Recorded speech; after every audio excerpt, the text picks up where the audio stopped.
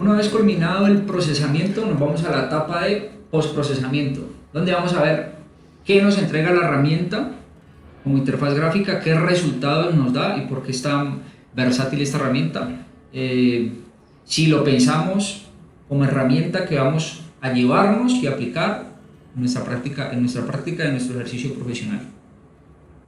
Lo primero que vemos es que el análisis se corrió al 100%, las placas tienen un orden de magnitudes de deformada plástica, que para este caso, dentro de su rutina de diseño, la herramienta incorpora de que el límite máximo de deformación plástica es de 5%, todo lo que esté por debajo cumple y todo lo que esté por encima no cumple, por lo que aquí está el check. Dice que las barras están por fuera del índice de demanda capacidad, por eso está del color rojo. Diseño de soldaduras, bloque de concreto, cortante y que no hay un análisis de pandeo de buckling calculado para esta fase. Vamos a esta pestaña de check y vemos lo que se nos despliega. Nuevamente llegamos a la herramienta, vamos a la pestaña de check. Lo primero que vemos es el estatus del análisis, las placas están dentro del orden debajo inferior al 5%, por el límite de 5%, por lo que realmente todo está cumpliendo el esfuerzo máximo, de una coordenada de esfuerzo máximo. Barras, soldaduras, bloque de concreto y corte. Bloque de concreto y corte. Punto número uno. Punto número uno. ¿Qué podemos ver? Lo primero que podemos ver es una malla. Si nos vamos a unidades de esfuerzo, vemos que aquí hay una malla. Recordemos que esta herramienta implementa el método de elementos finitos. Para poder implementar el método de elementos finitos tenemos que hacer una discretización de malla. Tenemos que discretizar un elemento grande en varios elementos pequeños, precisamente para que haya una convergencia numérica. Minimicemos el error. Realmente eso es lo que buscamos, discretizar. Vemos la malla, vemos que es una malla pues relativamente buena. Ya vamos a comentar si hay necesidad o si de cara a hacer una curva de convergencia vemos que es necesario refinar la malla, o por defecto en muchas ocasiones el IDEA presenta una malla absolutamente robusta con elementos muy deformados, donde pueden haber concentradores de esfuerzo ya por forma geométrica y concentradores de esfuerzo ya por la mala discretización de la malla. Hay forma de hacer ese tipo de correcciones, la herramienta me lo permite acomodar, ya lo vamos a mirar. Primero que vemos en la malla, podemos ver la deformada. Al ver la deformada, perdón, la quité, ponemos la deformada. Si aumentamos, no sé, tal vez la escala, podemos ver el mismo efecto. Podemos tal vez ver el mismo efecto que veíamos en la herramienta SAP 2000, en la herramienta ANSYS. Aquí lo que hay es mayor desplazamiento en estas dos barras que las barras de los extremos, debido al efecto de apalancamiento, por lo que si vemos la tensión en los pernos, tanto el perno inicial como el perno final, los que están más al borde de la placa, tienen menos carga de tensión que las dos barras centrales. Tienen menos carga que las dos barras centrales, eso es debido al efecto de apalancamiento o bridge action. Por lo que es un punto realmente importante. Ahora, espérate. Ya lo hice, yo ya corté, ya voy a empezar. Voy apenas en 4 minutos. Bueno, ve que. ¿Qué? Me iban a hacer una pregunta y no sé qué. ¿Aló? ¿Hola?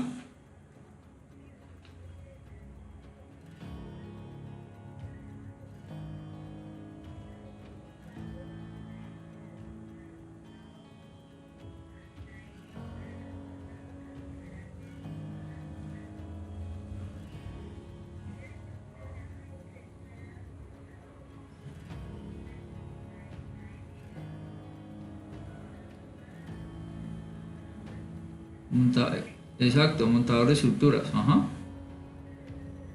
Sí, pues, nosotros en la constructora vemos de todo. O sea, si el tipo tiene que soldar, suelda, si hay que montar, monta, y si hay que alzar peso, alza peso. Pero pues técnicamente Marino lo puso en ARL como armador de estructuras. Y cuando yo fui a hacer el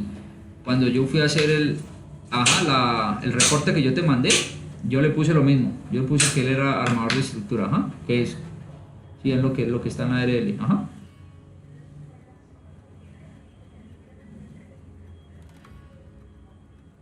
¿A quién llaman? ¿A Edison? Ajá, eso es lo que hay que ponerle. O sea, le van a preguntar y él va a decir, pero entonces usted nos hace de todo. De igual forma yo hablo con él. Le digo que el cargo de él es armador de estructuras.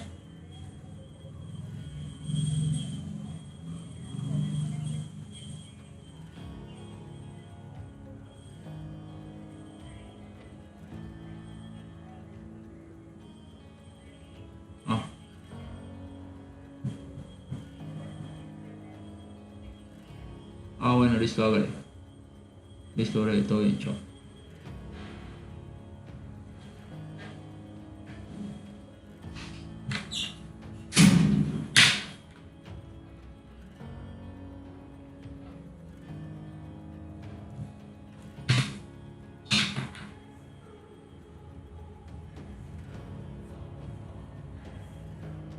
Por lo que este aumento de fuerzas es debido al efecto de apalancamiento. Efecto de apalancamiento. Entonces, este efecto claramente lo notamos en las tres herramientas computacionales.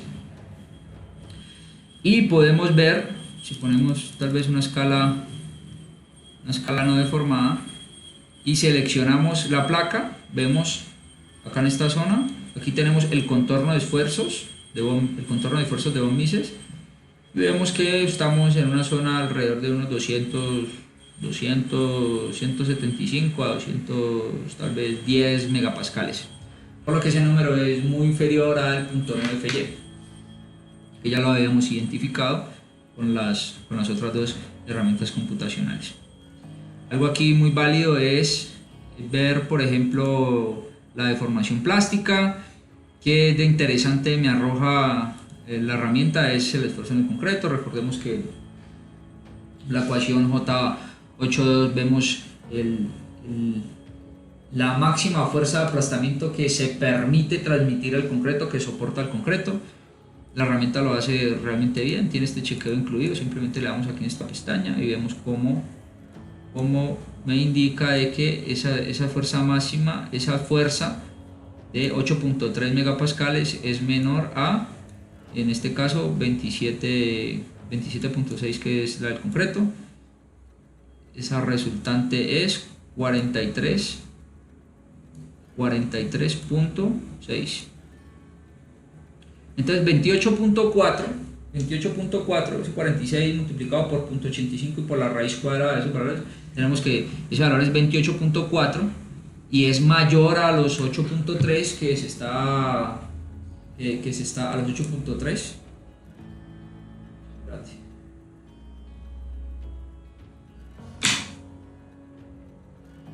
Aquí tenemos un cheque bastante interesante, que es la resistencia en compresión del concreto. Recordemos que la ISC en su ecuación J8, en la sección J8, me da unos lineamientos de cuánto es la máxima carga en compresión que puede resistir, y esa máxima carga en compresión debe ser menor a lo que se está resistiendo, por lo que este chequeo es muy válido. Si lo verifican ustedes en una hoja de cálculo manual, ven que van a cumplir. Entonces esto es algo muy interesante, que tiene involucrado la rutina de diseño de placas bases.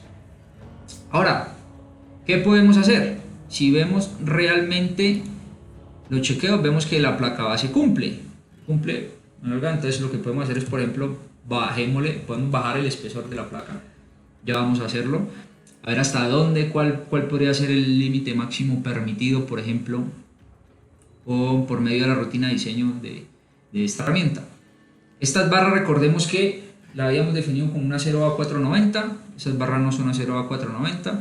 Si nos vamos aquí a la pestaña de materiales, vamos a la pestaña de materiales, lo que podemos hacer aquí es en materiales, por ejemplo, ponemos esta barra A36. Por ejemplo, si ponemos aquí editar, le decimos aquí, no sé, tal vez cambiar, vemos que se me despliega una cantidad de aceros importante, ¿correcto? Para los aceros. Ahora, para los pernos, ¿sí? Si digo, por ejemplo, hago una copia de ese acero, me queda esta copia de ese acero, la copia de ese acero, le digo, por ejemplo, cambiar.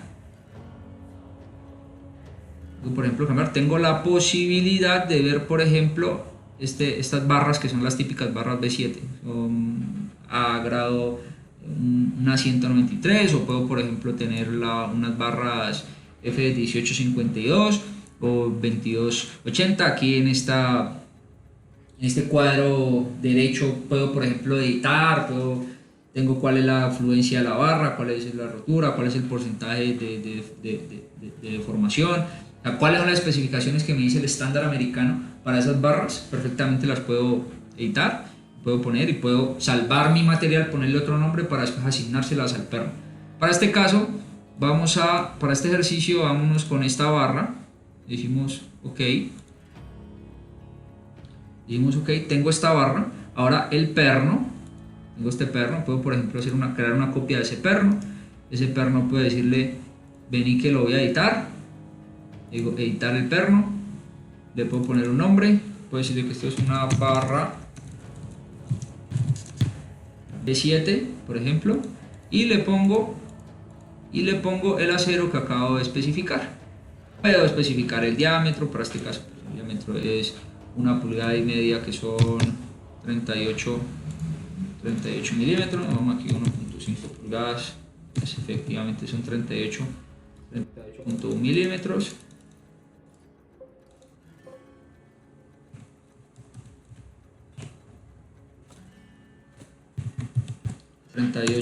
...38 milímetros... luego el perno. Puedo hacer aquí una serie de ediciones tales que... Permítame, veo aquí... ¿Qué pasa? Tengo algo aquí... No me deja hacer una modificación. Permítame, veo qué pasa.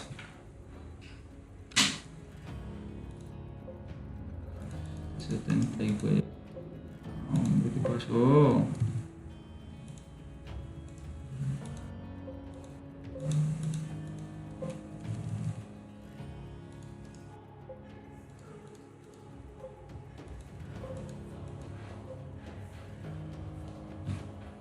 Fíjate que no va. ¿Qué le pasó a esto?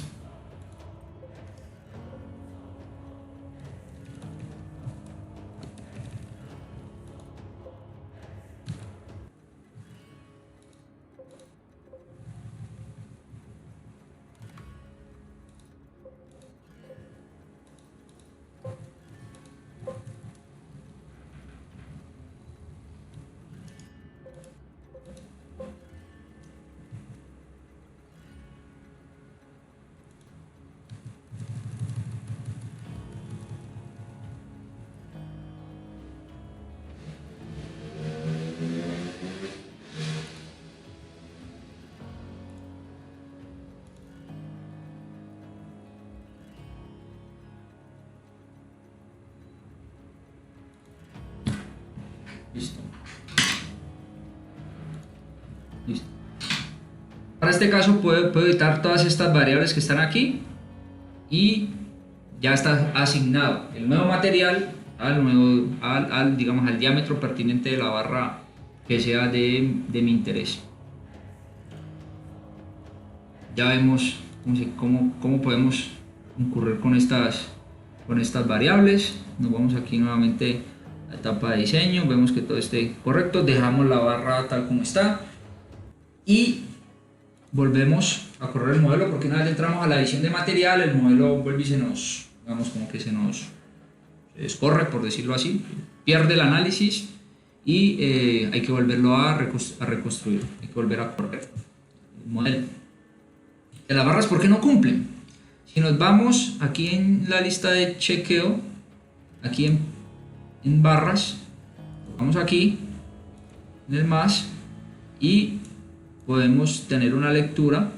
Aquí vemos que el perno en el que estoy es el 5, este es el perno número 5, ahí está como un color un poquitico más oscuro. Vemos que por tracción el perno está cumpliendo.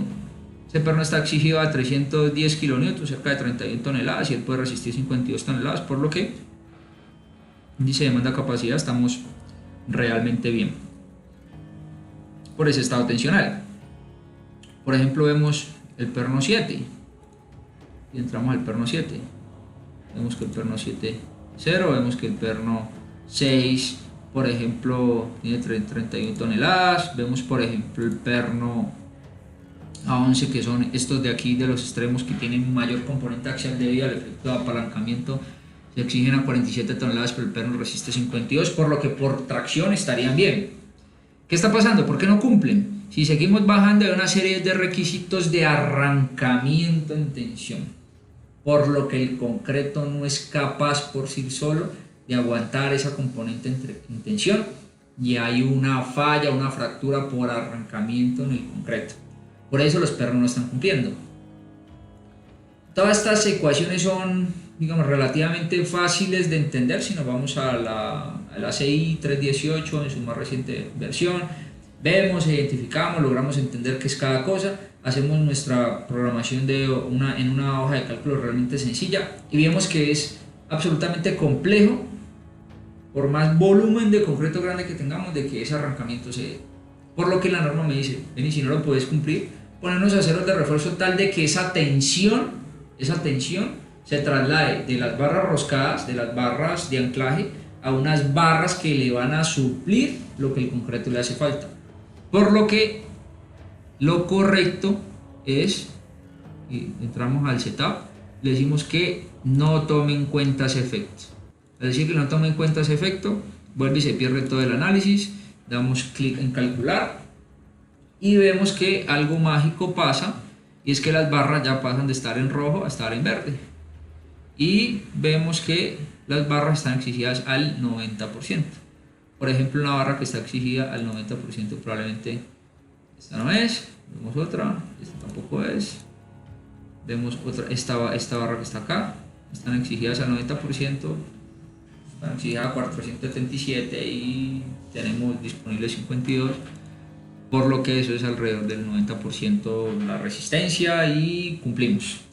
Aquí ya estamos un poquito tranquilos de que sí estamos cumpliendo. Ahora, ¿qué va a pasar? De que tenemos un espesor, ya el diseño está concluido. Efectivamente, hacemos el diseño por medio de los lineamientos de la guía número 1, calculamos el espesor de la placa base, calculamos los pernos, hacemos todo el diseño.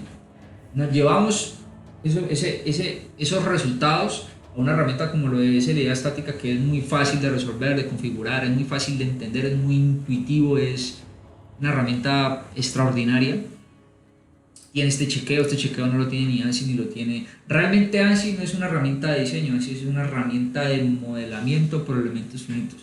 Ahí tú lo que haces es un análisis, haces un modelo por elementos finitos, él te entrega unos resultados, pero el análisis lo haces tú. Ahí la herramienta no te diseña, el que diseña es el ingeniero. Por eso es tener todo conceptualmente claro para entrar a una herramienta como lo es ANSI.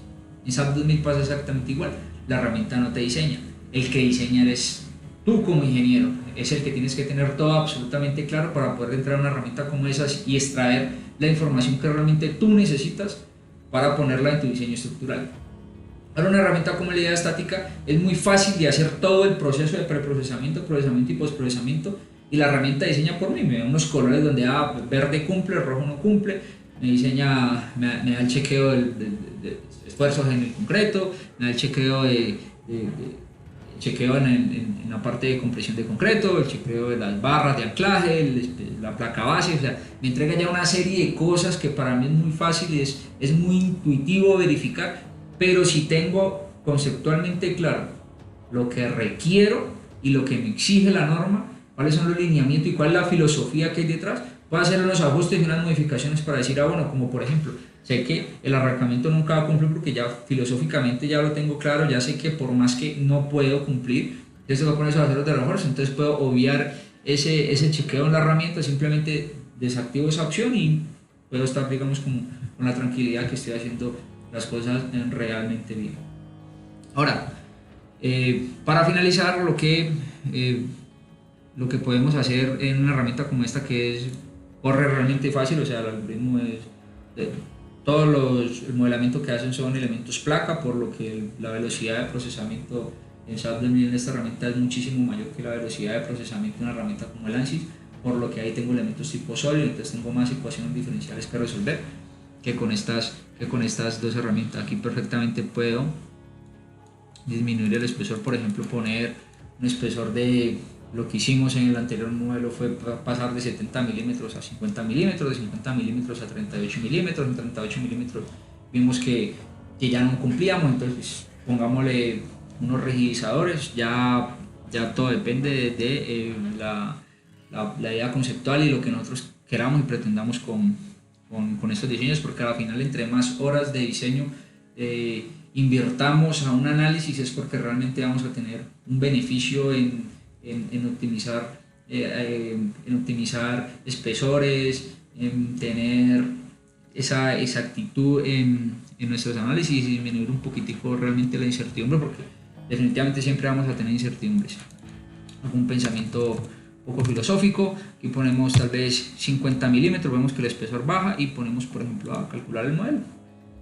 Corramos el modelo a ver qué pasa. Al correr el modelo vemos que debido a que bajamos el espesor y las barras estaban verdes, ahorita ya están de color tal vez naranja, es porque su relación demanda-capacidad subió. Si nos vamos a la parte de chequeo, vemos que pasó, esas barras pasaron del 90 al 95, debido a que estas son estas barras de acá abajo, estábamos en 477, ahorita ya estamos en 502.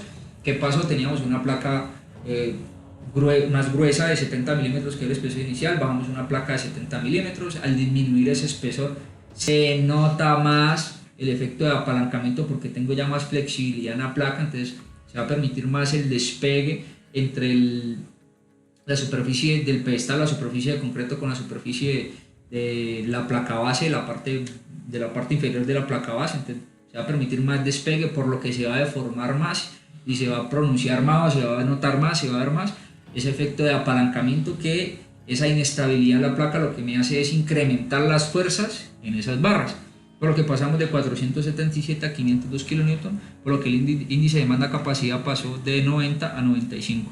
Por lo que si bajamos aún más el espesor, vamos a ver que esas fuerzas van a ser un mayor y probablemente las barras ya no van a cumplir.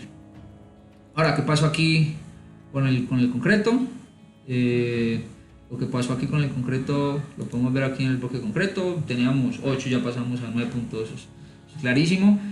Con las barras vemos aquí que exactamente lo que les comentaba, tenemos más fuerza en cada barra y el nivel de esfuerzo, ya vemos superficies, ya vemos aquí un contorno de esfuerzo ya un poquito más, con colores más cálidos. Recordemos que en esta escala de colores, entre el color sea más cálido, más escala de cálidos por escala de colores rojos, la intensidad de el esfuerzo de Von es mucho mayor que si nos vamos a colores fríos como lo es el azul. Bueno, aquí ya una zona, esto lo pudimos identificar en una herramienta como lo fue la herramienta ANSYS. Vimos tal cual lo que se formaba aquí en la zona, que pasaba en la zona de tracción, que pasaba en la zona de compresión, y vemos que de acuerdo con esta relación de si nos vamos aquí al análisis de placas, nos vemos la placa 1, vemos que hay un porcentaje de formación que todavía está por debajo realmente del límite, por lo que el porcentaje de formación plástica, si toco la placa, vemos que el porcentaje de formación está del orden de, no sé, tal vez unos 2, 3, este color aquí está de 5 a tal vez 10, de 0 a 5, por lo que todavía estamos como en una zona donde debemos decir no venir. ¿Listo? Esta zona es de 0 a 5.2, aquí estamos con una zona color azul, aquí estamos de 5.2 a 10.4, entonces probablemente aquí estos puntos tal vez faltaría refinar más. Estamos viendo ahí en toda esa zona donde está el patín, debemos de detallar un poquito más a ver qué es lo que sucede y si realmente podemos hacer ese cambio drástico en el espesor de la placa base. Ahora, siendo un poquitico más arriesgados y ya queremos ver qué pasa, por ejemplo, si ponemos tal vez 38 milímetros, y corremos y calculamos. Ponemos 38 milímetros y calculamos. Ya vamos a ver de que la placa ya está en un límite, digamos, ya nos dice no venir. Tener mucho cuidado, tal vez ese espesor no sea, esa magnitud de momento y carga axial, tal vez pueda haber un daño, ya la placa es muy delgada, ya es muy flexible, ya tenés que ver qué pasa con las barras. Claramente ya debido aquí al efecto de apalancamiento que ya lo comentamos, tal vez podemos ver aquí cuáles son las fuerzas en esas barras. Si vemos aquí las fuerzas tal vez en esas barras, aquí las fuerzas tal vez en esas barras, vemos que ya pasamos a 555, por lo que ya las barras no cumplen. Ya la placa base ya es muy flexible, ya podemos concentrar el daño en la placa base. Recordemos que la filosofía de diseño es que haya daño en los mecanismos de disipación de energía en la placa, en la columna, en esa zona se va a presentar probablemente una rótula plástica, pero el daño se concentra en las vigas. Toda la disipación de energía en sistemas de pórticos recientemente está concentrada en el daño en las vigas después de que esas plastifican, y muchísimas vigas tiene ese mecanismo de plastificación. Debemos preparar la columna para que no le pasen antes ese mecanismo de plastificación. Por último, el daño se concentra en la base de la columna, pero la placa base debe encargarse debe prepararse para resistir esa cantidad de momento y de carga axial cuando se piensa en un mecanismo por capacidad. Para finalizar, aquí sería tal vez interesante si en el diseño vemos qué pasa, por ejemplo, si ponemos un rigidizador. Entonces aquí en operaciones damos clic derecho, nueva operación, tal vez aquí en esta costilla, RIP, en este tipo de costilla, aquí la costilla va de la columna a la placa, ¿sí? Rotamos con control, aquí vemos que está tanto afuera como adentro, lo puso más o menos como en una zona coherente, pero está en ambos. Entonces aquí en superficie debemos decirle que aquí solo arriba, al decirle solo aquí en lower, vemos que solo está en la parte de afuera. Aquí la localización, vemos aquí frontal, por ejemplo, aquí nos quedamos pero con ambos, se va aquí en este extremo, en los dos extremos y en la parte central. El material es una 572 grado 50, tal vez no sé, pongámosle que este rigidizador es de un espesor de 19 milímetros. El ancho de esto es 180, como estamos con 180, permítame desactivo esto, 180, esto es 183, estamos ahí tal vez al borde, creo que sí es 183, 180, sí, 181. En el sentido vertical sería la típica ecuación de 181 sobre tangente de 30 grados, por lo que esto es 313 milímetros.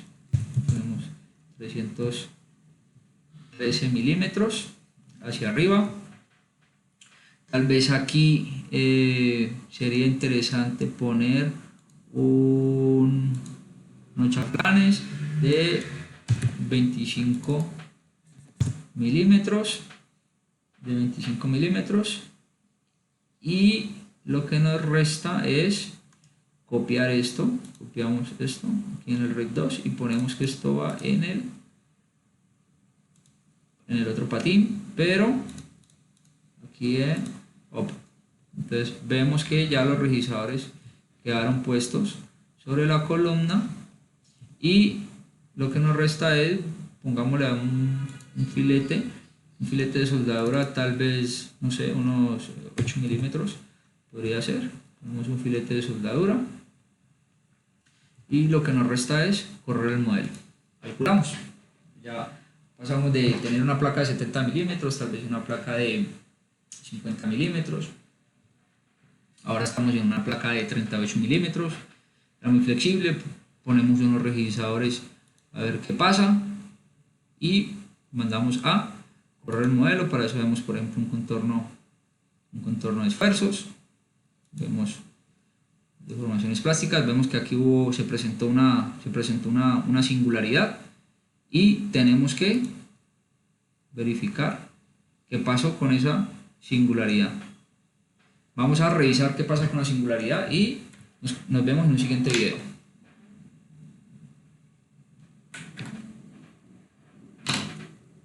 ¿Qué pasó? No, no es un siguiente video, aquí es aquí mismo, ¿no? Okay. ¿Qué pasó con esta singularidad? A ver si yo llego a quitar esto. Corro.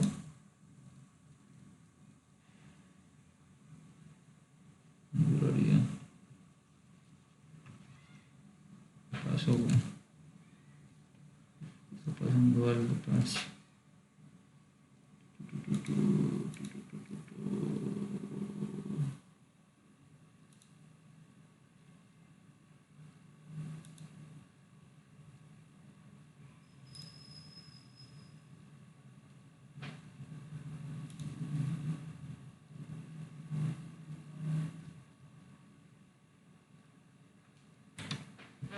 Ya. Continuamos, ¿qué pasó? Se presentó singularidad numérica, es decir, no hubo convergencia, por más que se iterara. Lo que pasó fue que aquí para esta serie de refuerzos de costillas, le desactivamos la soldadura para efectos de poder ver qué era lo que estábamos haciendo, entonces pues, se quedó sin unir. O sea, estos elementos no estaban unidos al patín, entonces por eso presentaba singularidad numérica. Por lo que vamos a poner aquí 8 milímetros, ponemos aquí 8 milímetros y si calculamos ya debemos tener resultados. Esperamos a que la herramienta corra.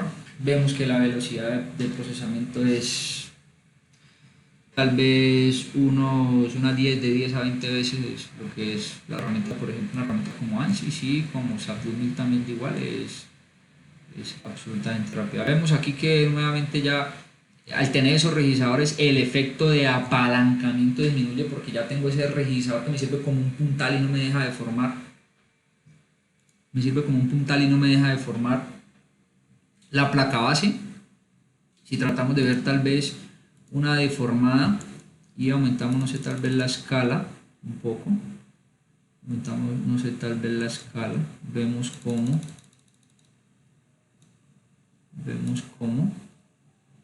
ya creo que me fui mucho. Vemos cómo ese efecto no es muy notable con este nivel de escala respecto a cuando planteamos este mismo nivel de escala en los otros modelos. Vemos que ya hay una mejor distribución en esas barras. Tal vez si ponemos un revisador aquí en esta zona, vemos que estas barras van a estar ya muy cercanas a las fuerzas de estas barras, tal como lo hicimos con la herramienta de ANSYS. Y ya lo que resta es seguir haciendo muchos más planteamientos y ver qué pasa tal vez con otro tipo de configuración de columna, como lo hemos indicado en los otros videos. Esperamos que esta información sea de mucho valor para ustedes y les aporte valor en su ejercicio profesional, y que cada vez la ingeniería tenga muchísimo más, cada vez la ingeniería sea muchísimo mejor paga, mejor establecida en cada uno de nuestros gremios, y que realmente valga la pena financieramente hablando valorar todos estos modelos y todos estos experimentos numéricos que realmente hacemos para agarrar esa sensibilidad en todo lo que pasa en este mundo extraordinario del análisis y diseño por elementos finitos aplicado a la ingeniería civil. Muchísimas gracias, hasta una próxima oportunidad. Chao, chao. Somos una comunidad de ingenieros y nuestro propósito es facilitar el trabajo a profesionales y estudiantes por medio de cursos, tutoriales, ejemplos prácticos, ejemplos de diseño, papers técnicos y banco de planos CAD enfocados a ingeniería civil. Queremos ofrecer ingeniería de alto nivel al alcance de todos. Síguenos en nuestro sitio web www.moratus.com y en todas nuestras redes sociales, Instagram, Facebook y YouTube, las cuales estarán en la descripción del video.